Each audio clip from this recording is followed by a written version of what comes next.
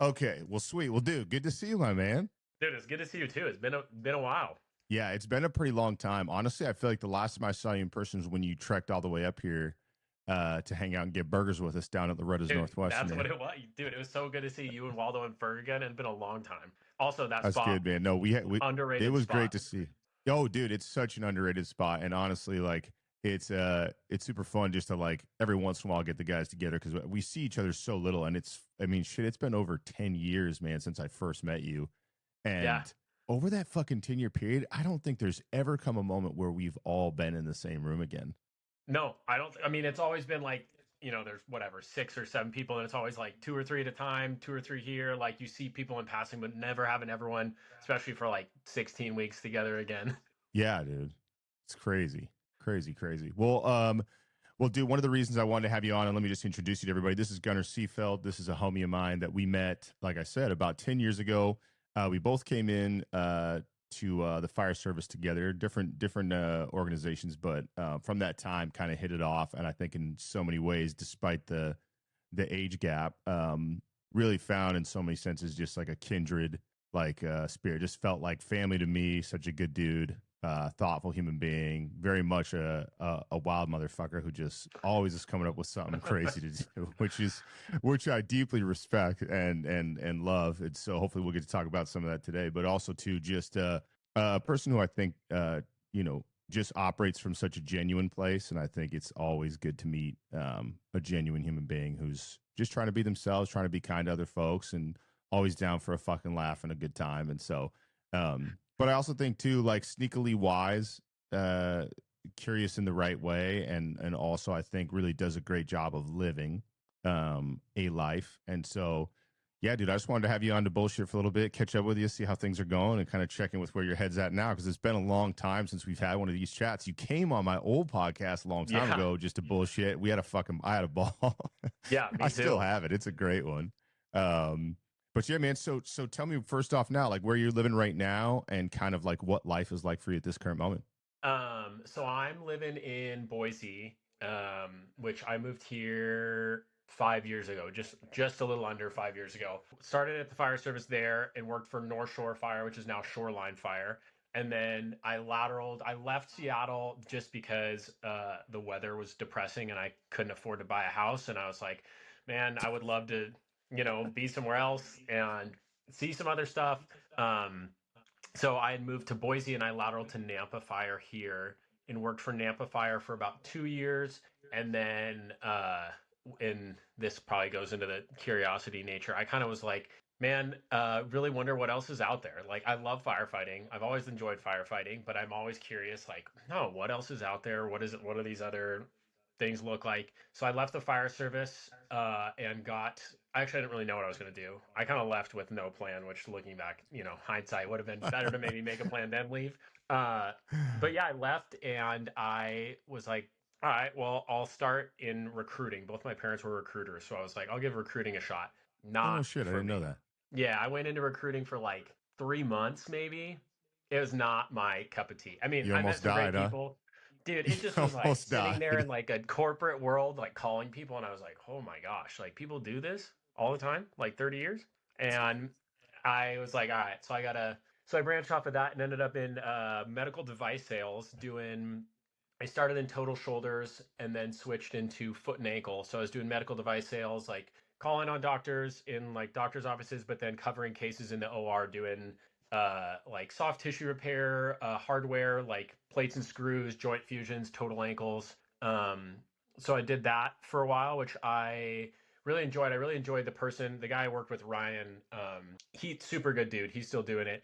He's someone who I've met who's become like a really good friend and someone I really respect. But I worked with him for a while, and then I just decided I was like, man, I don't know that sales is for me. I've had a lot of job switching here since leaving firefighting. Firefighting was like pretty steady for a long time, and then I got out of it and have switched a lot. But I'd always been interested in going the flight route, so I did firefighting, did wildland firefighting in college for a summer, do skydiving recreationally. So I was always like pretty interested in the flight route and planes. And so I decided, I was like, while I was doing medical device sales, I was like, I think I'm going to start getting my pilot's license. Like, I kind of thought about that route it's a long route to get from like hour one to the airlines. It's like 4 to 5 years and 1,500 hours of flying, and that's if you get hired at your minimum. So I started working on my private pilot license while I was doing medical device sales, and then I realized that I need to put more time into the pilot thing if I want to be successful with that. So I quit medical device sales, and now I'm doing flight school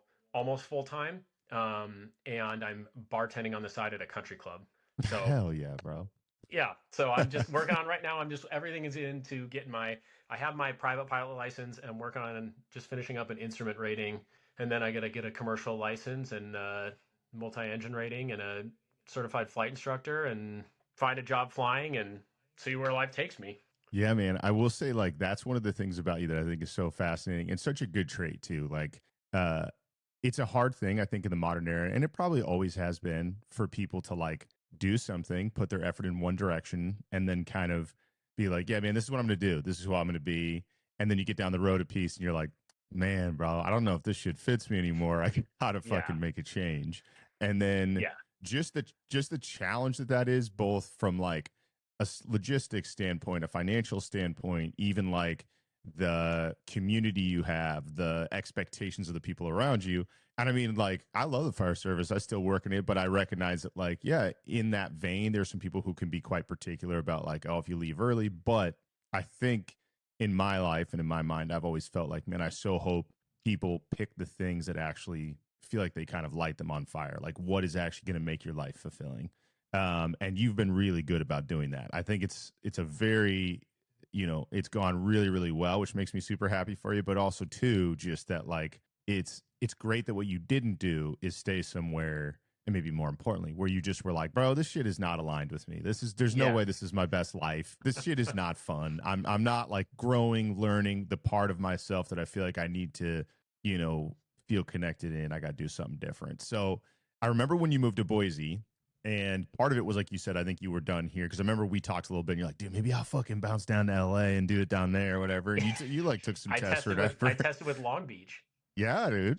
Which makes Yeah, sense. I mean, that would be sick to be in the sun and on the beach.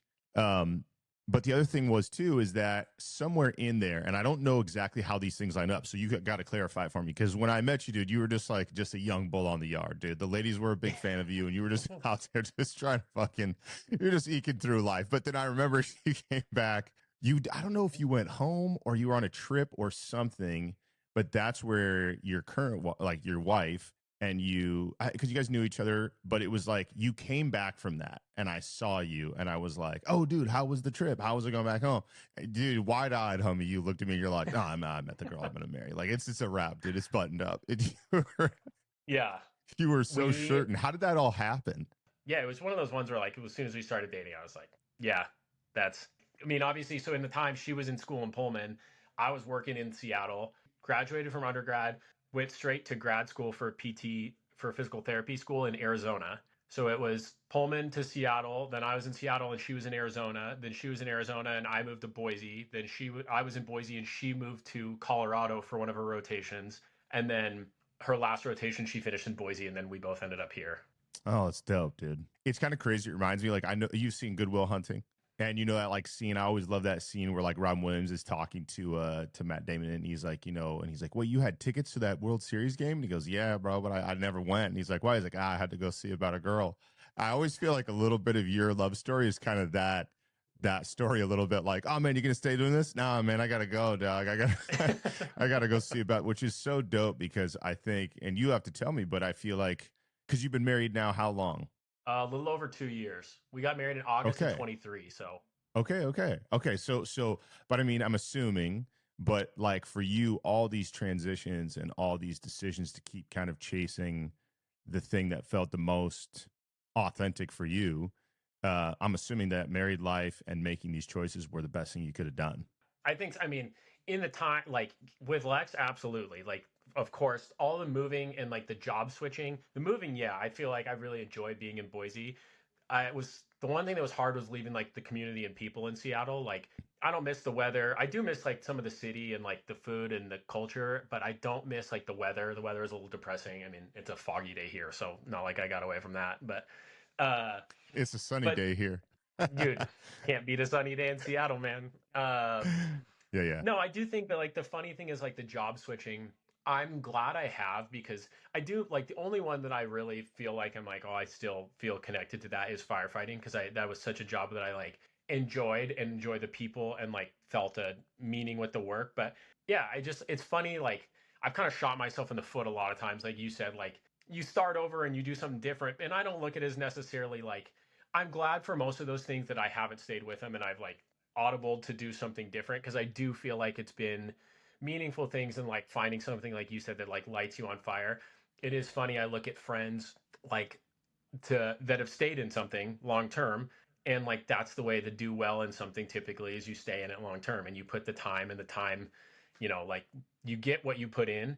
So I know for it's funny like when you look at like financial hardships of it and the logistical hardships and then I'm like wow, I'm 31 and restarting a new job or going to school like it's funny it's all self-inflicted but at the same time it's nothing that I regret. Like I don't look at it and go man, I shouldn't have done that. I'm like well, if anything, I learned something from it, and I'm doing something that I love, like flying planes. I mean, not to sound like the public transportation kid, but it's like flying planes, dude. Like I love doing it. It is so much fun. I fucking love that. I mean, I think it, but it's the point is though, like this is, I guess, is the argument I would make, which is like, you know, if you didn't love what you were doing and you did it merely because it was the quote unquote wise thing, the issue is that you'll just get to the end of your life having been wise, but not really having been connected or in love with the one life you have. That's like something I'm so passionate about. Of like, I I know there's like you get ahead by doing these things. Like it's not hard to get ahead in life in terms of like if you stay with something consistently, you put effort into it, like whether you like it or not, like you can grind and do that. But I'm like such a believer, and I mean you've talked about this a little bit, but like such a believer and a fan of like I don't want to like live life just to get ahead in life. Like there's so much to get out of life and people to meet and things to see and like experience and stuff like that. I think if I go through life being like, oh, what's just going to get me ahead the fastest, like that's a life missed out on. And I do feel like it's funny talking about from when I got hired to now because that was when I was 22 and I'm now 31. Like I do feel like there's been such a perspective shift on like the things that are important and like it's stuff that I didn't realize at the time, but now I look at that and I'm like, God forbid that I live a life that I'm not like proud of and don't feel like is fulfilled. Like I don't ever want to live a life where I'm like, I feel like I'm just riding through at 80%, like that would be, I would rather like end up, broke at the end, just skidding by, like skidding across the finish line than ever to live a life being like, man, I didn't make the most of the time I had. Yeah, I mean, I think you're such a great case of that because it does, no matter how you cut it, it does require, and I mean, maybe you can speak to that a bit more, is like, it just takes some courage because like it's tough to give up the safety or predictability or even the like social or like peer reviewed reality on your life of like, oh yeah, this person's doing their 401k matching and they're blah blah got in here at this point and they'll accrue this many years on their pension or their retirement or they purchased a home at this particular age, which means the market over all these years, like it starts to reduce life down, I tend to find, to a set of numbers, which while important are certainly not the full scope of what makes life, at least for me, meaningful. And so I think it's Yeah. just I think you're a good case of a person who's been able to like look out and go, man, I really love this, or I've been grateful for this opportunity and the people in these areas. But, as Shakespeare says, like, to thine own self be true. Like, at some level, if I'm being true to myself, this isn't the best life that I could obtain. And not in terms of the people or the experiences, but there are more experiences that I would like to try to aggregate in my one life.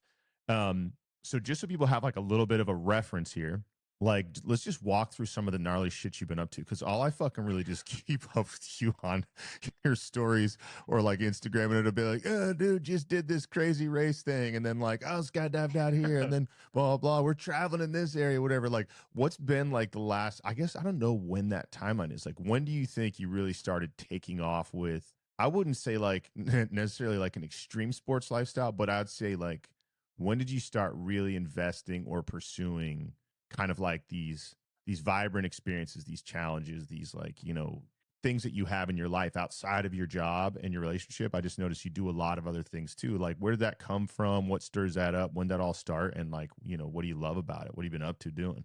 Well, yeah, I mean, this is obviously something I could talk about for a while. It's funny as a kid, like, so as a kid, like if I went to like amusement parks or like inner tubing, I was a kid that was like, we went to Disneyland, and my sister and my dad were always ones that were like, hey, we're gonna go ride like the roller coaster, we're gonna do this, we're gonna do Thunder Mountain. I was like, oh, I want to ride the Dumbo ride. I was like too scared, which was hilarious now, like knowing how I ended up now, like that's what I was at the time, that I was like scared of all that. I think like if I had to like pinpoint a time, I think that it in college I took I think it was HD 201, and they talked about like living life in a comfort zone and whatever your experiences of like in this comfort zone, and like basically like a green center where you're like in your comfort zone, like a yellow target on the outside of that, which is like your growth zone where it's like uncomfortable but not like panic, and then the red being like this is totally uncomfortable, I'm like full panic mode. And I think that I like got, I don't know, for whatever reason, I felt like I really connected with that class a lot in terms of I was like, I really want to live like a life out of the comfort zone. Like I don't ever want to sit and like live in that comfort zone. And then um yeah, I think it was that year a buddy of mine in college went he did like skydiving stuff on his own, and so he had always, he was always trying to get people to go with him. And like most people would be like, oh, yeah, I'll go. Or they'll like, it's drunk on a Friday night. Everyone's like, oh, yeah, I'd be down. And then Saturday morning rolls around and everyone's like, no, I'm not going skydiving. And so I ended up going skydiving with him and went through with that. And then later in college, we all went to a wedding in, like over by Vancouver.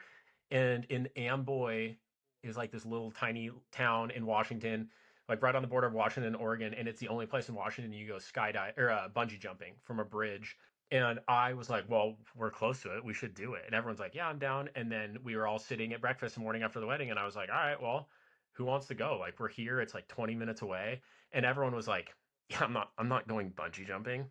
So I was like, "All right." So I went and I did it alone, which I was super glad I did. And just stuff like that, like those kind of experiences where I was like, wow, this is fun. Like I enjoy doing this, which turned then into traveling.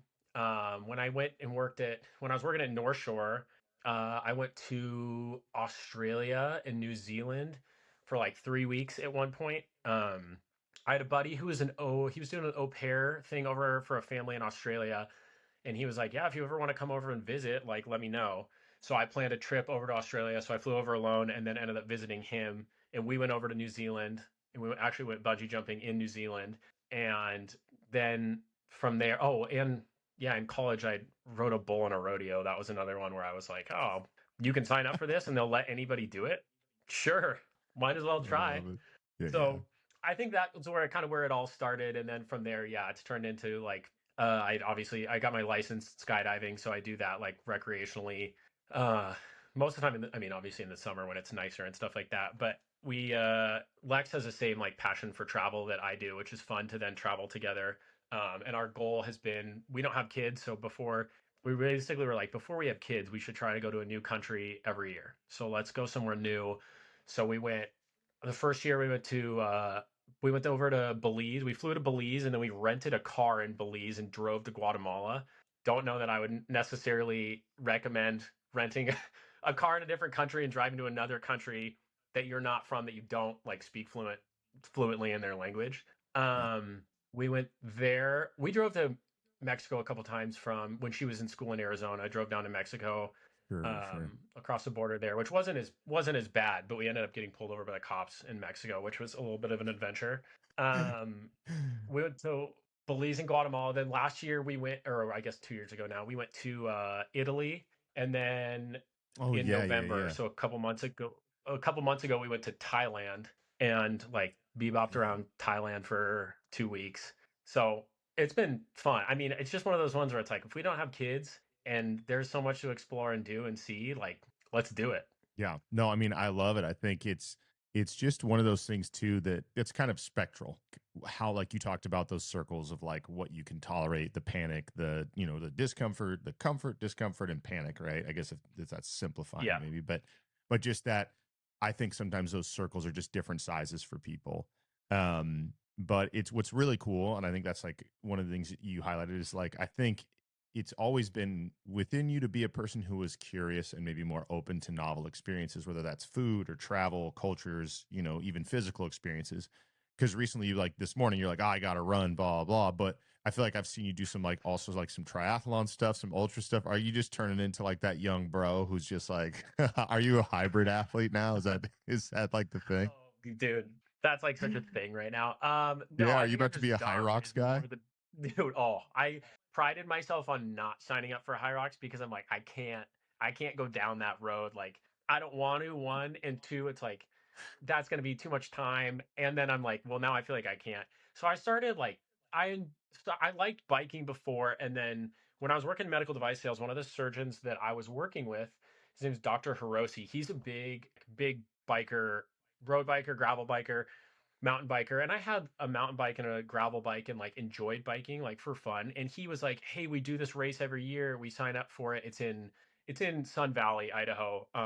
And it's this gravel race. He's like, you should do it with us. And I was like, oh, not knowing anything about the race.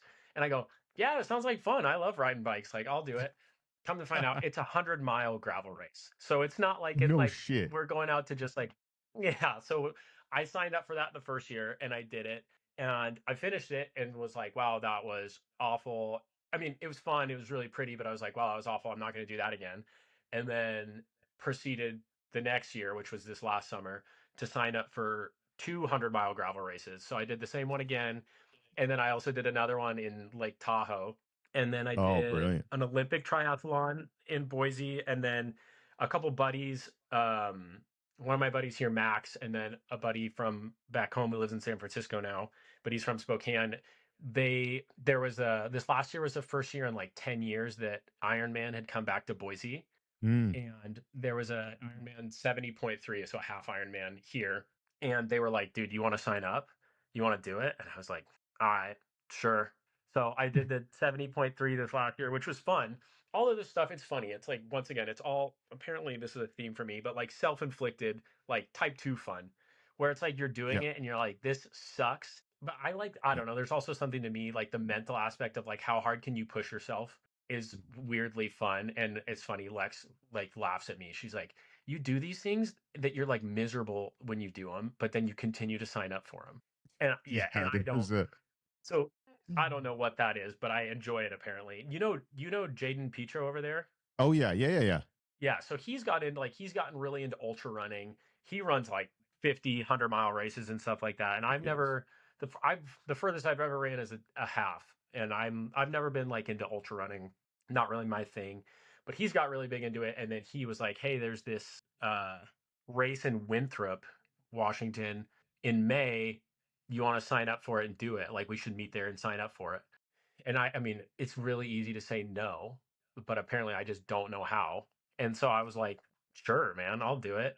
Comes out, yeah. So come Oh, to that's find out, that's awesome. at 50K. So now I agreed to that. I haven't signed up for it, so I'm not into that one yet, but I agreed to that. So Yeah. Yeah. that's Yeah. what, yeah, this morning I went out. Actually, I went out for a run and I was going out for a run with my buddy Max here, and we were just going to go for a run on the green. It's like a trail along the river in Boise.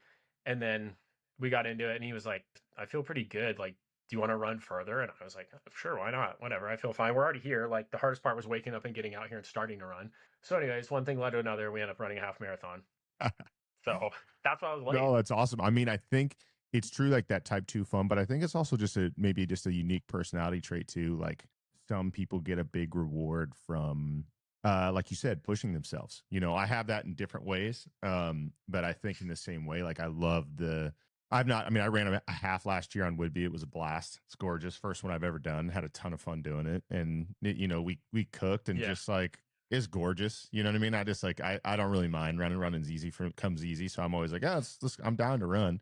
Um, and it's also just such a nice experience to kind of be alone in your mind. And I notice that like when you're running, there's this kind of mental isolation where no one's bugging you, no one's talking to you, and you have this prolonged period of like mental focus. And because you're not working on a task and you're not facing the pressures of like, oh, jobs, bills, food, blah, blah, what the kid needs, my friends. Yeah, you're just kind of for this little window, you're just isolating your mind. It is a very also too like a soothing thing, oddly. Even if your lungs are burning and your legs hurt, it's weird how it allows you to kind of in some ways really be in yourself for a minute. And at least that's like one of the joys I get from it.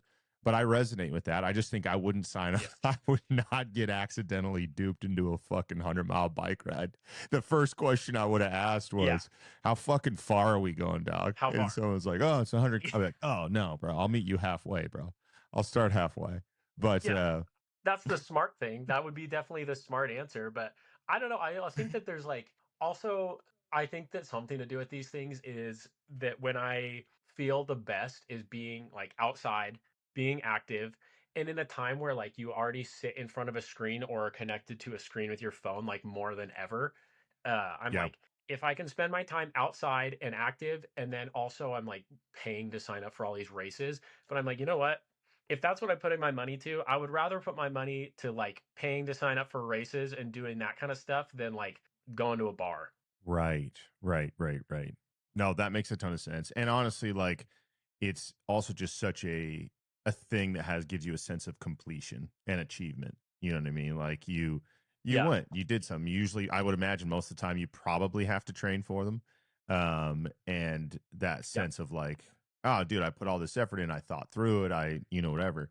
I think there's a lot there that's so helpful and cool to just get that experience, like you said, because it's so fun to be with the homies and like be out grabbing a drink, cracking a joke, watching a game, playing golf. Like I love all the shit I get to do with my friends. I always feel fortunate about it. But it's also cool to like go out with your friends and be like, dude, let's just fucking do something like you said, type two. It's like a little bit rough. Like let's go hit this like 4 or 5 mile hike with, Yeah. a 80% grade or some shit. And so it's like it's weird how when you just also put other people and yourself in different environments, you get different payoffs. There's just different things to be learned and to be enjoyed about being in different environments. And so, yeah, it's like you said, instead of just like another night, whatever, doing the same old thing, it's like let's just put some on the counter. I think it makes life go by slower. And I think it just creates these memories that really stick with you, especially the people who suffer with you. Like, this doing our fucking old job, bro. Like, shared suffering is a weird way to bond. It Yeah. sticks you together in a strange way that's really lovely. And so, like, if you could do it, yeah. I don't know that everybody's going to sign up for that length of That's races, but that's also what's so impressive about you is I'm like, that's fucking gnarly, dog. Like, I definitely revere that level of focus and ability to just like sit in the suffering of it. And also, I kind of revere the ability to like take joy in that. It's not every person who could do it. it's definitely not always joy too. Like there are a lot of times where there is, but there's definitely a lot of like the suffering times where you're like, how the fuck did we get out here? Like this is stupid. And the thing is like either one, we paid to be here, or two, like we all voluntarily got up and chose to do this together. Which I think like you said, it's like that does bring people together, which I think is maybe how like a lot of us in our academy class, like our original academy class getting hired became so close where it was like you're going through the grind every day and then you're like, man, this shit sucks for 4 months or 3 months or whatever. But it's like it does bring you together in a cool way where you look back at that. And I think that there's like I always enjoy like challenging your like I think one of the most exciting things is challenging yourself to something that you don't know that you can do. And then it's Mm. like, all right, like let's find the limit. Like let's find where we can push ourselves to. And you sign up for something and then it's like, sweet, like I didn't think I could do that. Or when I started doing this, like I didn't like when I started swimming for that 70.3, like I had swam as a kid and done like recreational swimming and but I hadn't swam any sort of long distance stuff. And it's like, damn, do I think I can swim, whatever, 1.2 miles? But like then when you push yourself and do that, I think that's cool for like I think it's that way for traveling. Like we're booking traveling too and figuring out like transportation in other countries. Like Lex and I have done a lot of that, and it's always so cool. Like in the moment, the first time you're like stressed out, or it's weird, or you like don't know where you're going, and you don't understand stuff. Like in Thailand, it's like I can't read Thai, like. But then when you figure that stuff out, you like feel accomplished, and it's cool to like see it, and just I don't know, you kind of feel like you like grow in not only your experiences, but like your mental, I don't know, mental toughness, but like just your ability to like handle those kind of things. And I think that for whatever reason, that does a lot for me in terms of like my own mental state and like either self worth or just like, I don't know. I just think it's cool to like see that and grow in those kinds of things. I think it's super rewarding. Oh no, man, I love it. I love it. One of the other questions I was going to ask you too, which is, and again, we can talk about it. We don't have to, my guy. So it's no stress at all. But I think one of the other things that's kind of unique just about your story, who you are as a person too, is just that relatively early in your life, you kind of undergo what for most people would be a pretty significant loss. And in regards to that Yeah. reality, do you have any thoughts about or is there anything about you as a person now that you look at and go like, I think in these ways it shaped me. I'm always curious because, for instance, I'll give you an example. My stepdad lost his mom when he was younger, and it changed so much about who he was and how driven he was and what he chose to do with his life. And in so many ways he's like, man, it's a thing, I wish never happened. But the other thing is I really think I made good use of it. Like I didn't let it define me, and I didn't let it like slow me down. If anything, I think I was able to really kind of transmute it into something that walked me forward in my life. And I know that that's different for everybody. I don't presume to know, but I am curious to know because I think uh, so many people, obviously everybody goes through this at some point. Just the tragedy is, the difficulty is the timing when you go through it. It can have such a different impact on you as a person.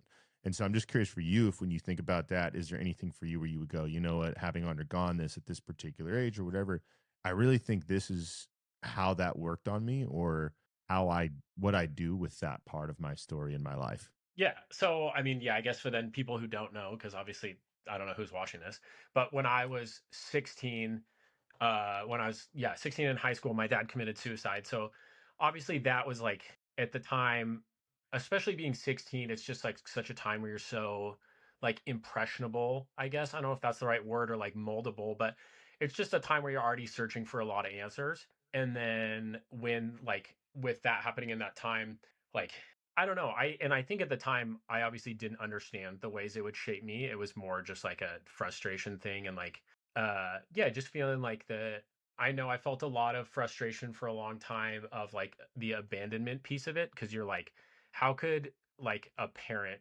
think that your life like as a high schooler is going to be better off without them? And then now like looking back, that's now obviously been 15 years, that like I don't know, it's been interesting because I feel like my perspective on it has changed over time, and it started with like a lot of frustration and anger, and then going into college maybe like went into like more of, I don't want that to like be a part of my life that's like defining who I am. And then now I think it's and I actually enjoy talking about it. One, I think like talking about it keeps the memory of him and like people that have been lost alive, but also two, like I think it's important in the sense of, for me, like obviously it's part of what made me who I am. And like, could I tell you exactly like how that shaped me? Like maybe not yet.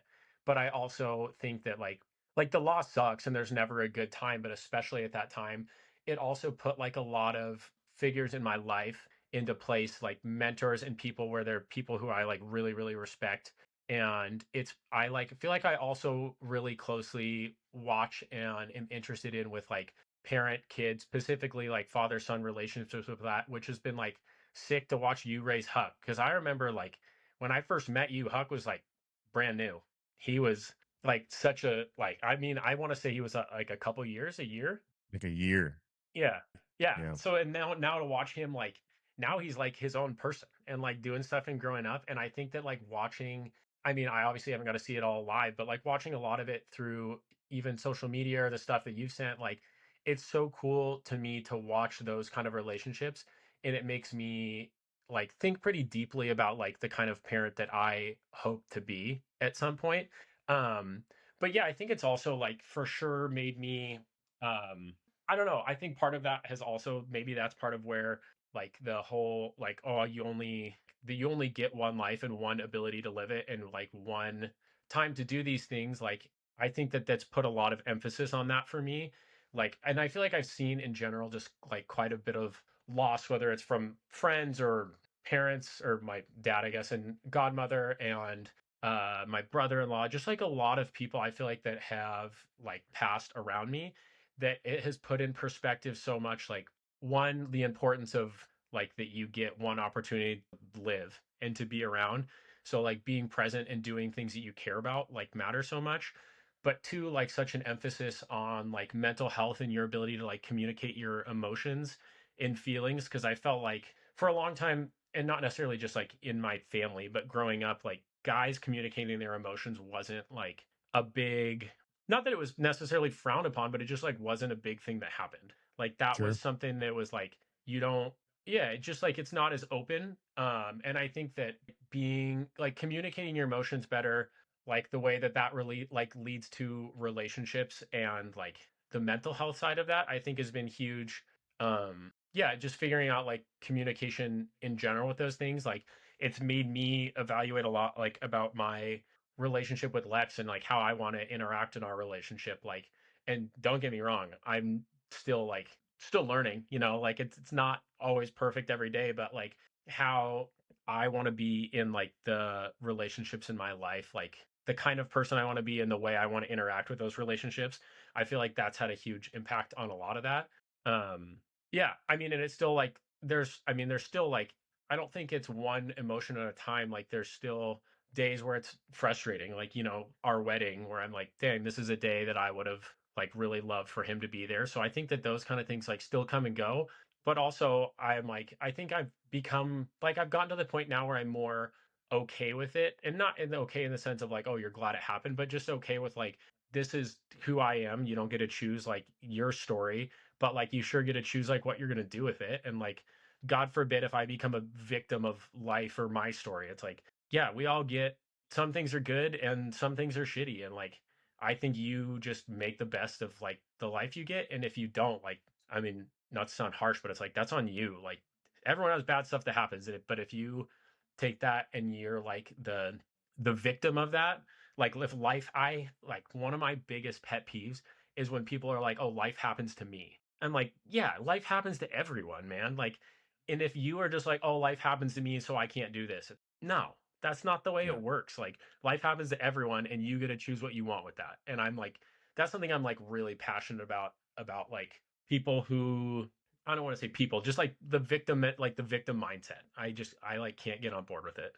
I think also too, man, it's cool to hear you say that, and I think it does come from a place where that is a heavy story. I know I have two people in my life, separate of you, who have this as a part of their childhood, and one with the dad, and actually both with dads. But it's one of those things that what you do with that, um, really really tough hand is really important, and what is so like I think for me always just is something I revere about you, man. It's one of the things I respect the absolute most is um how you continue to walk in such a sense of optimism, joy, possibility, love, humor, irreverence, just being a fucking goof, and then also too like really giving a shit about some things, and then trying your best at it. Whether that's your relationship, your friends, the hobbies you do, the job you do, even the way that you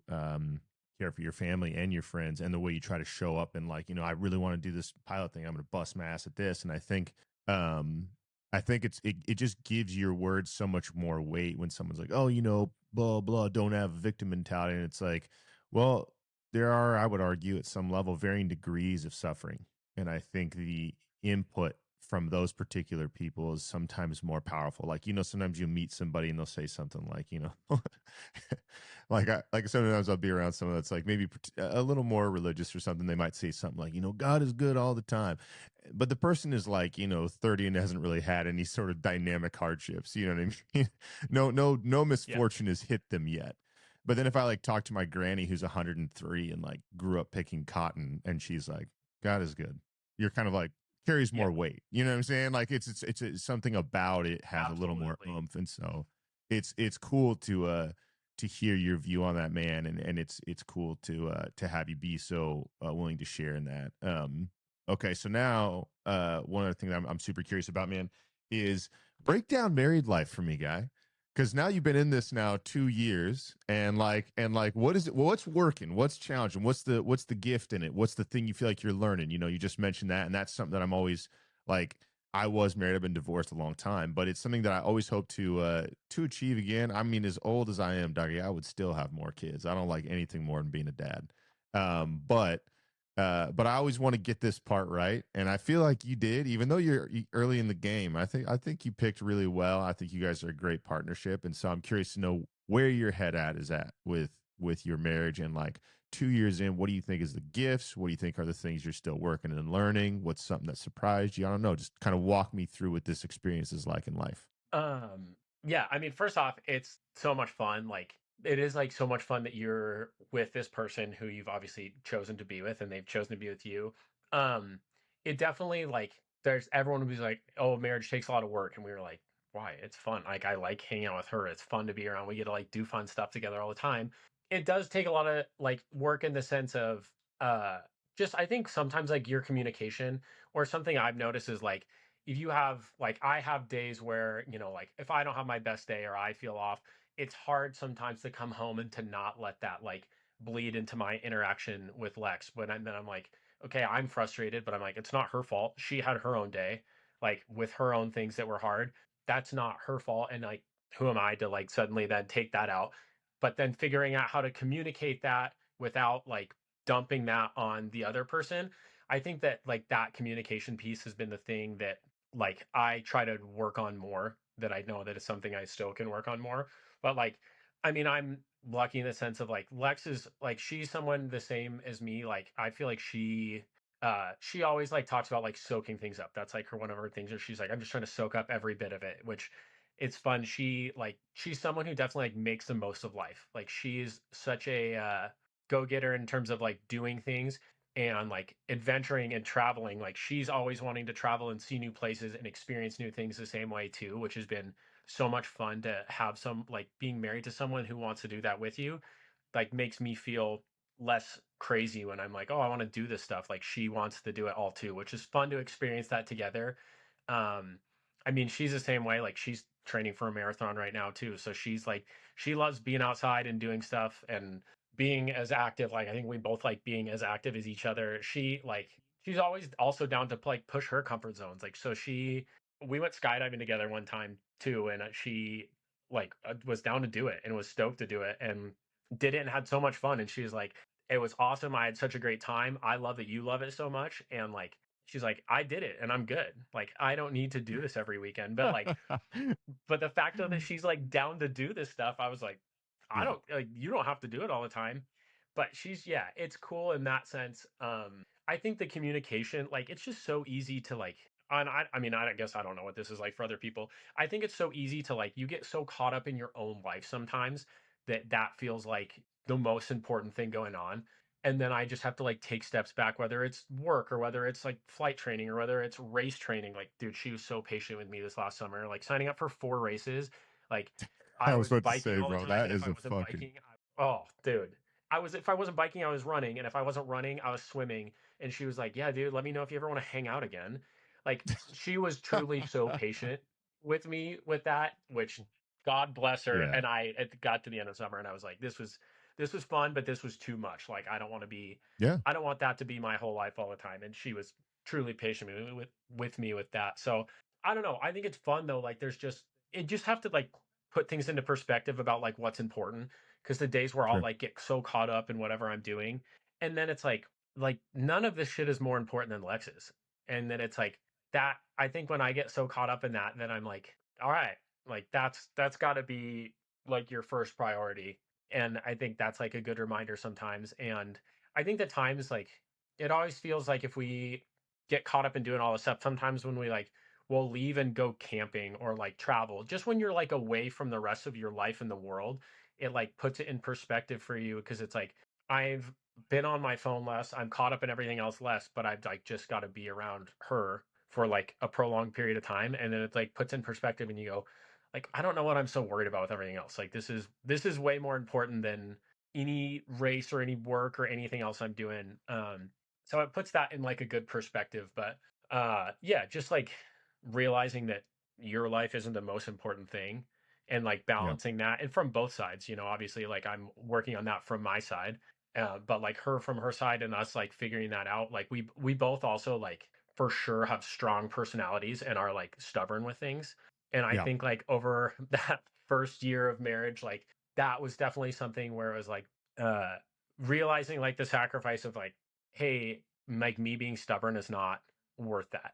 For like it's just like yeah, you just I just will catch myself and I'll laugh at myself. Like I'm like, if I put myself in her shoes looking at me, I'd be like, what are you doing? You know, like you just gotta like think about it from that perspective. But Sure. realistically, like overall marriage has truly been like it's been so much fun. Like I wouldn't trade it for anything. And Lex is great and she is I feel incredibly lucky like to be with her. I love that, man. I'm so happy to hear that. I think it's really cool to hear the way that you guys are able to share in one another's passions and stuff. And I think you definitely are right that like, communication is so tricky. I don't know if you know who the Gottmans are, but they talk about that all the time that like communication is really like compatibility isn't even when we study it, it's not even all Yeah. that relevant. It is the capacity to like meaningfully communicate and see the other person. And I think, like you said, like it's so easy to get caught up like in your life, in your hobbies, and all these other things that you want to do with your life and forget that, like, hey, man, like this person has such a vital importance to my life. And that really, we got to find a way to hold them at the center and make sure that all the other things I'm doing are in a collaboration with that human being. And I think it's so cool to just even know in yourself. I think that should give you tremendous confidence that, like, it was fun fucking ripping it in the summer at 100 miles an hour, but also like it was super smart of you and a really good character trait to go, time out, dude. I think I might have fucking gotten a little too full tilt on this one. like maybe I needed to just Yeah. slow Just up a a little. fucking hair here.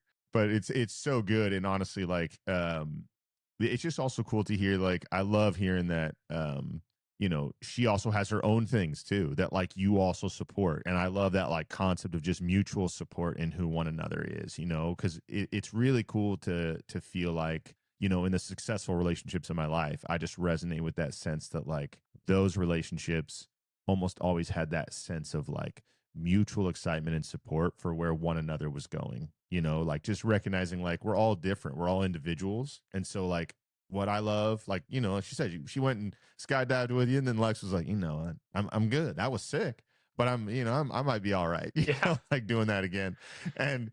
And it's cool to like be like, yeah, but she showed up and like saw you and came and did your thing and really collaborated with you. And it's also cool that when she's doing a marathon, you're like, oh, I got you, like do your thing, like rip it. And I want that to be a success. It's just that level of mutual care and consideration is such a cool thing, because then should the time come when you have a kid, uh, being a child in a home where like I didn't grow up like that, but I wished I could create that environment where like there was that sense of mutual support. You know what I mean? I would imagine it's such a like lovely thing to watch your mom and pop figure out how to like get each other's backs and to really see that as like one of the defining characteristics of love. I always tell like my friends, I'm like, for me, bro, love is about you ought to have an interest in the other person's greatest possible experience of their life. And like that is the mark of like, oh, how I give a shit about you, because whatever is going to be the best thing for your life, I'm gonna fucking be there to support it. And it's cool to hear that that's happening for you, my man. I fucking love that. Yeah. I appreciate it, one, but two, yeah, it's just like you just want the other person to like succeed, whether it's in work or races or whatever they choose to do, like and wanting to do that. And like couldn't agree more. Like obviously not having my dad there for a lot of my childhood, it's like that's something that someday, like should kids be in the picture, hopefully, that like I want them to know that like I love their mom or Lex, like not because I tell them, but I like want them to be able to see that and like know that. One of the other things I was curious about, bro, if you got the time to talk about it, is what is like right now, just something that I'm always curious about with people. Like, what's something in life right now that feels like, give me a few things that you're like, I'm really excited about this, like something you've seen, watched, ate, heard, something you've been thinking about, something that's just happening in your life, whatever. And then give me something you're like, this is kind of a challenge. Have you ever heard of this thing called rosebud thorn? Have you ever heard of that? I've heard like I've called it like peach and pit, Peach. peach and pit, where it's like the good and the fuck, bad. I fuck with Peach and Pit, bro. So like, Yeah. so let's just like give me something that's a peach and something that's a pit right now, man. Right now, I mean, there's like multiple things to be excited about. Um, I would say, well, like from You a can give me more than one, bro. If you're like, oh, there's multiple things, like you can give me more than one. well, one flying, I think like making, so I'm working on like my instrument rating right now, which, so you have your private license and then your instrument rating is where you're flying just based off the instrument. So you can fly in like the clouds and bad weather. So I think that like when you're working on these ratings, like the beginning half of them is such a grind because it feels like you're so far away. And then like I'm getting to the end of it. So I think that like tying out that when you finish a rating, like is it's such a good feeling. Like you feel like you're actually making progress. Mm. So I think that that is sweet. That's something that like it's one of those things where you go, okay, this is worth it. Like I'm actually headed in the right direction. It's super encouraging. So Cool. I would say that that is a big peach. And then like the like getting into like winter activities. I mean, dude, it's been such a mild winter, but we're going to Tahoe next month, and we're gonna go ski at North Star and I think Heavenly. So to get like some good, I'm like, stoked for. I love skiing, so like getting out and doing some winter activities that like make, you get through the holidays and then you hit like the second week of January, and that like January, February, March, like is such a blah. It's kind of like a just a blah time, like weather wise. Typically, not a lot going on. Like I Yeah, think yeah. that that a lot of times is like kind of a grind. So to have something fun to look forward to in that, I'm like really looking forward to that. Cool. Um, a pit, something that's a grind. I think, I mean, on the other side of the same coin, like these months, so through the those parts of the year, the short days, I feel like it's a time where like it's just a lot. You don't find like the same joy from being outside like in the summer. I feel like that's kind of a grind, and then in that stretch, like the end of December through March, is when like that was when my dad committed suicide. Uh, Lex's brother um, passed away in that same like stretch of time. So I think it's like it feels like a stretch of time where it's like a heavier time of year It's heavy. getting Yeah. through that, and then combined with the weather, and then you mix that in. I feel like that can be like sometimes like if you are busy and doing stuff you don't think about it as much, but then sometimes you feel like it really weighs on you. So I think that that's like definitely a grind in that time, and like more of a, I don't know if grind is the right word, but just like one like kind of like a cloud that looms a little bit more, like just looms a little heavier during that time of year than like you when you're in the summer and the outdoor months. Totally. Yeah, it's more present, and like you said, you don't have But yeah, as many things or as many distractions that would maybe pull you out of that particular state. So I could see that's the case. yeah, that's a big thing, not having the distractions. Yeah, yeah, yeah. Uh, and then real quick before we go, man, like, if just because I'm curious, like, so where are you at in the flight process? Like, yeah, are we talking 2 years from now, 3 years from now, 4 years from now, a year? Where are you at, kind of before you get to what you feel like is maybe the first big benchmark that you're shooting for? It's just one of those ones where like looking at it from like a 2 to 3 year perspective sometimes is like too much, where it's just, hey, I'm gonna take one flight at a time. Like I got a flight lesson this afternoon where I'm gonna go, it's like over flight planning, and it's like let's just take one lesson at a time. I got a flight today or lesson today and a flight tomorrow, and like that's all you can look at it as, and just like chipping away. Like you can't look at the whole Yeah, thing. I've never set like a 5 year ish, 4 years. I've never set like a 4 year goal in my life if you exclude college. Like, never and had I a don't think long that really term counts, but plan. I certainly didn't have a goal. Yeah, so I Yeah, think that like yeah, yeah, setting like a 4 year goal I think is cool in the sense of like it's a thing to work on, and like it's a just a mental test in a different way, not a physical one. But like it's sure. cool to work towards that, but it definitely feels like quite a grind, and like I don't know, I like look up to Lex and the fact that like she graduated and went to PT school, and that's like a 3.5 year goal. And Yeah, like dude. I'm like, dang, she grinded and grinded through the whole thing, like, and she did that where I was like, yeah, I just got to do that, like follow her blueprint where it's like, hey, just one day at a time, one thing at a time, one test at a Yeah, time, no. and grind your way through it, because otherwise I'm like, fuck, that's a long ways. Yeah, yeah, dude, it could steal your motivation. I usually say that too when we get like on a job or something. We have a bunch of shit we got to do. I always beg, dude, how do you eat an elephant, dude? One bite at a time, baby. You just gotta One focus bite on at a that time. next bite. Yeah, and just like it, let the game come to you a little bit on that, and just kind of, I mean, in big adventures like that, big goals, I feel like consistency is really your friend more than intensity.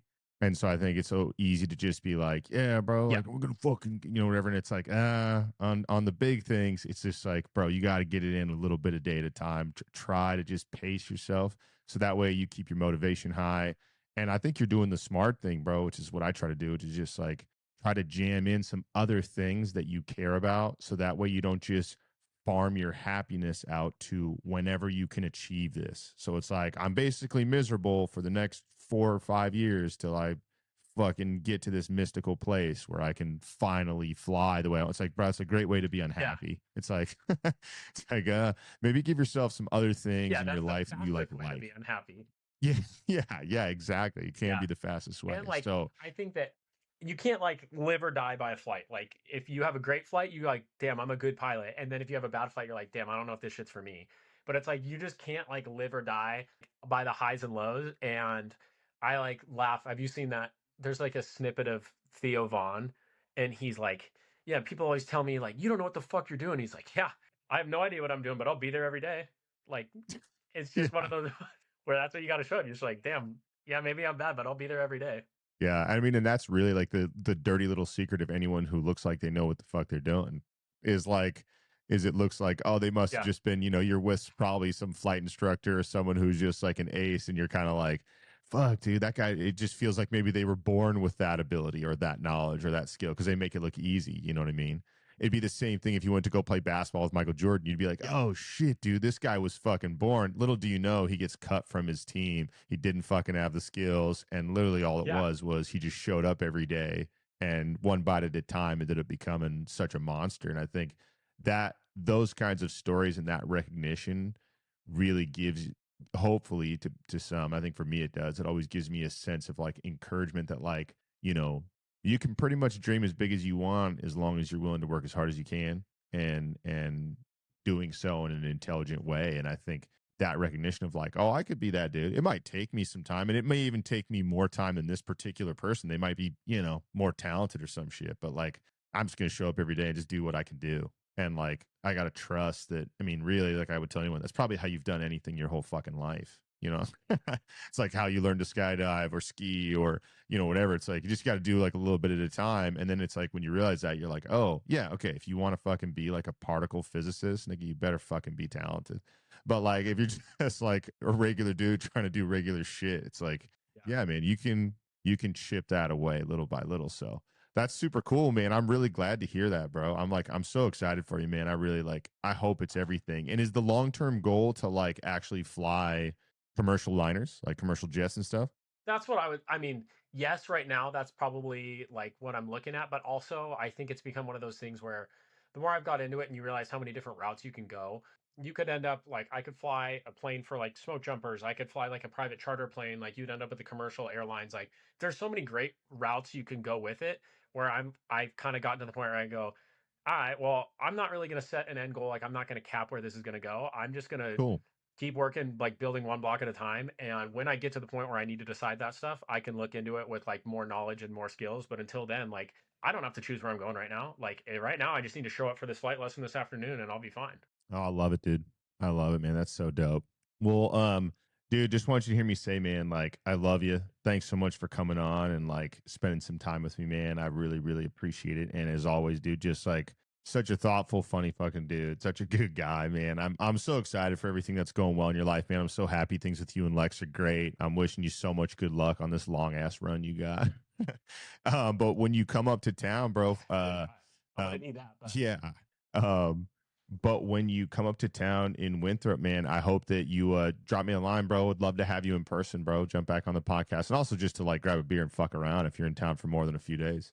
Um, but yeah, dude, I would love to. One, I love you too. I appreciate it. I mean, you're someone I respect a ton. Like, I don't think that that's a mystery. So, any chance that I get the chance to like kick it with you, be on the podcast, see you guys, and hang out, like I'm in, and I always appreciate it. Love seeing the updates with you and Huck and your life and everything you're doing. So, I'm I'm in. I love it, man. well, thanks, dude, and always know, man. Should you ever need anything, this isn't really tied to the podcast. It's just me talking to you, man. But anything you should you ever need anything, bro, always reach out anytime, anytime. And Yeah, separate to that, same to so you, when man. You we, know that. what'd you say? I said same to you. Yeah, ever. Oh, Yeah. Well, thanks, my man. I really appreciate it. Well, dude, thanks again for coming on. And I'm real excited to see how people react to it. I think so many of my friends and so many people will connect with what you had to say. And yeah, dude, it was a great time, bro. It was good to see you. Yeah, I appreciate it. It's good to see you too.